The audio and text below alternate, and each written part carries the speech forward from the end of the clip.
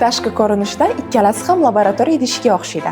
Lekin bittasi dars uchun xavfsiz, ikkinchisi esa xavfli bo'lishi mumkin. Birinchi tekshiruv material. Sifatli laboratoriya shishasi odatda borosilikat 3.3 turdagi shishadan bo'ladi. U oddiy shishaga qaraganda harorat o'zgarishiga chidamliroq.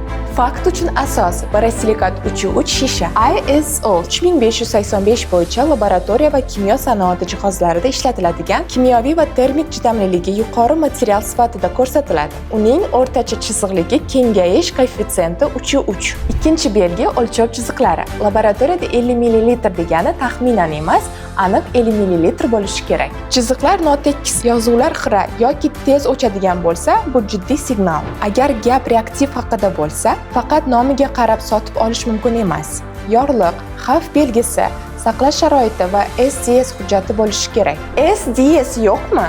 Demak, xavfsizlik bo'yicha savol bor. Fakt uchun asos. OSHA laboratoriya xavfsizligi bo'yicha kelgan kimyoviy idishlardagi yorliqlar olib tashlanmasligi SDS hujjatlari laboratoriya xodimlari uchun mavjud bo'lishi kerakligini belgilaydi. OSHA HACCP standarti GHS bilan moslashtirilgan bo'lib, kimyoviy xavflarni yorliq va safety date sheet orqali yetkazishni nazarda tutadi. 4-belgi o'lchov asboblari. Agar jihoz natija ko'rsatadigan bo'lsa, unda aniqlik, tekshiruv va kalibrovka masalasi muhim. Chunki noto'g'ri o'lchov noto'g'ri tajriba degani. Fakt uchun asos.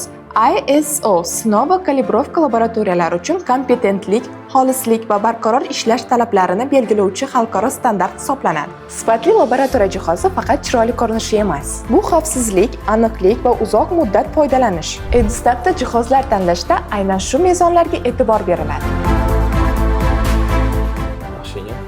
Buni narxi necha pul ekan? Keyingi safar laboratoriya jihozi tanlayotganda faqat narxiga qarab qaror qilmang. Avval shu 4 narsani tekshiring: material, o'lchov, hujjat va xavfsizlik belgisi. Bundan ham foydali ma'lumotlarni olish uchun saytimizga obuna bo'ling.